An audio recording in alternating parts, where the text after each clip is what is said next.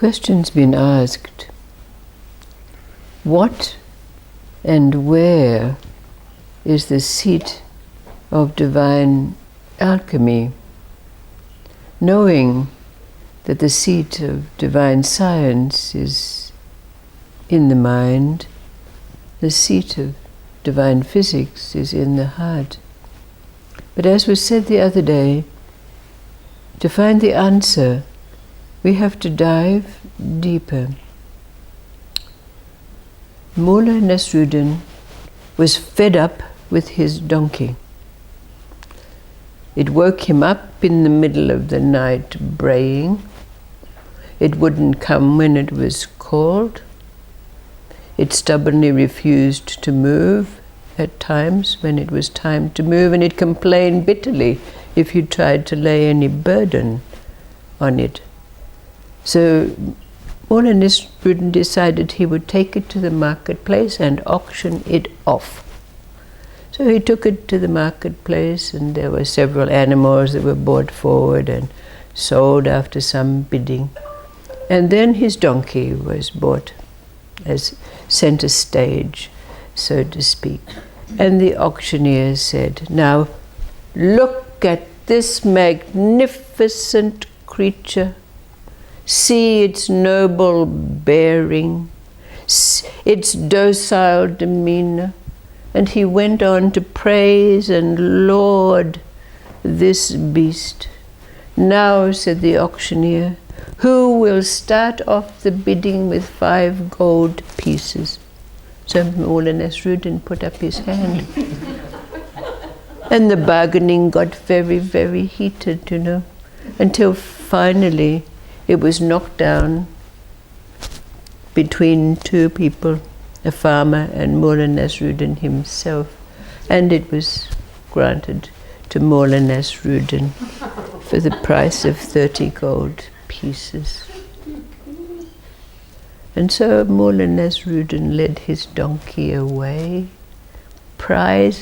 praising himself for his astuteness and his abilities to bargain in getting such a magnificent beast whose qualities he had not been aware of.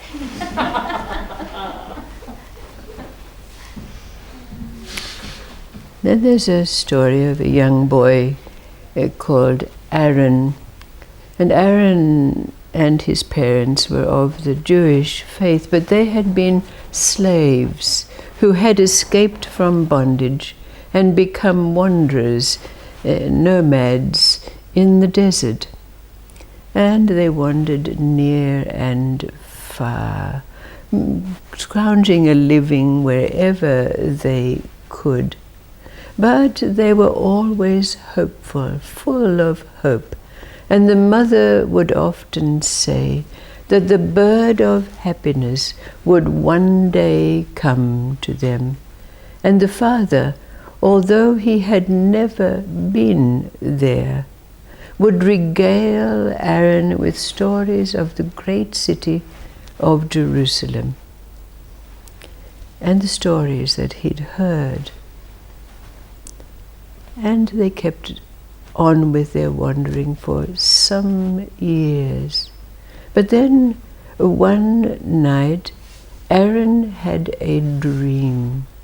He dreamed that a great sandstorm came, and his mother said, "Quickly, cover yourself with your blanket." But in the dream, when they woke up, it was desolate. Their footprints in the sand had been obliterated, so they didn't know where they'd been. And all of their belongings, their meager supplies, their water, had been blown away. But then Aaron noticed in the distance something above his head flying, and when he looked up, he saw that it was a bird that came over his head and dropped something into his hands.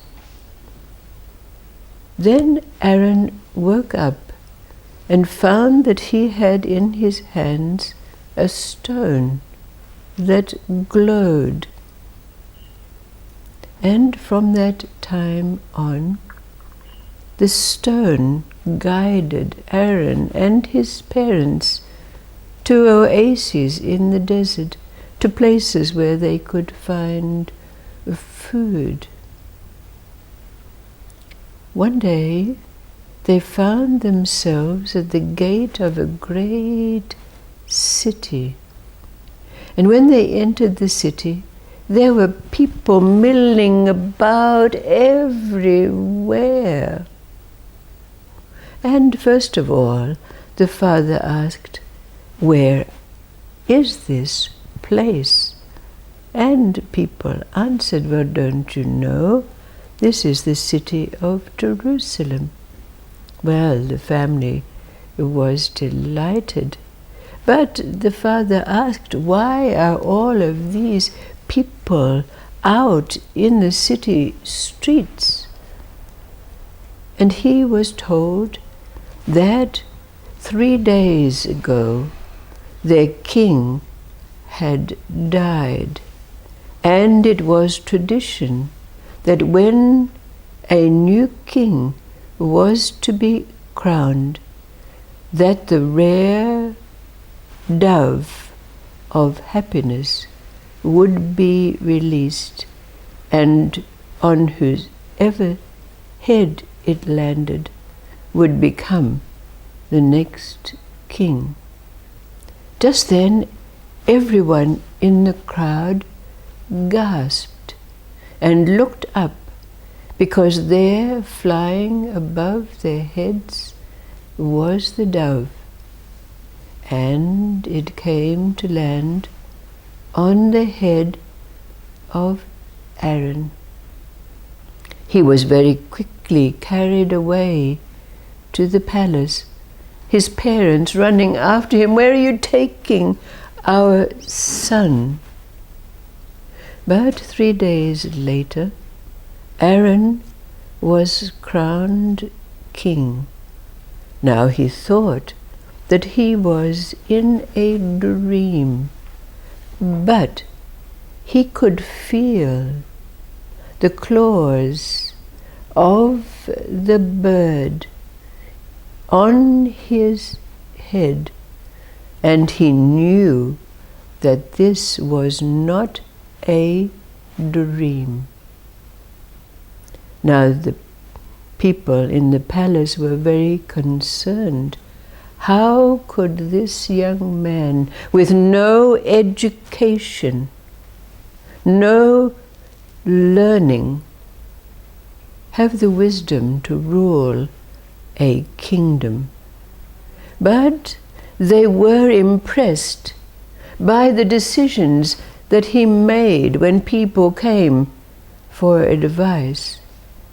But they also noticed something strange about their new king, and that was that every day he would disappear into a hut behind the palace. And then one of the advisors was brave enough to ask him, "Why do you go there?" And Aaron, the king, said, "I go to that hut and I dress myself in the garments that I wore when I was a wanderer in the desert. It is only by knowing where I have been that I know where I'm going."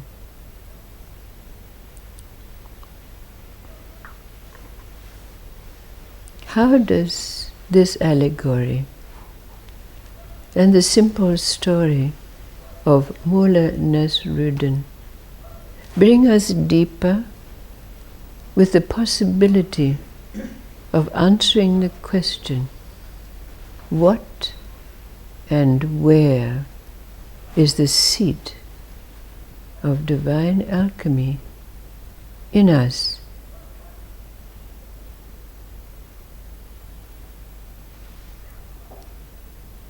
as an allegory, it gives the way stations along the way.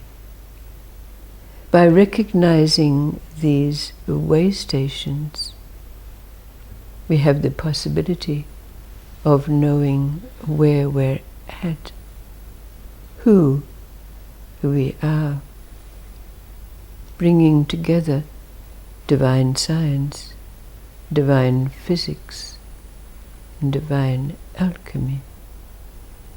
This indeed allows us to know what it is that lies ahead of us in terms of life in linear time.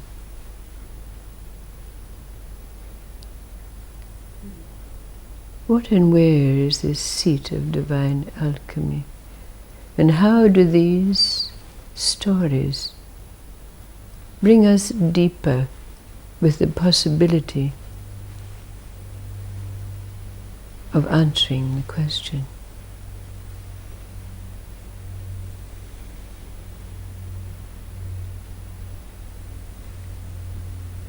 The donkey, whose worth we're not aware of. The allegory of the places we've been, the way stations,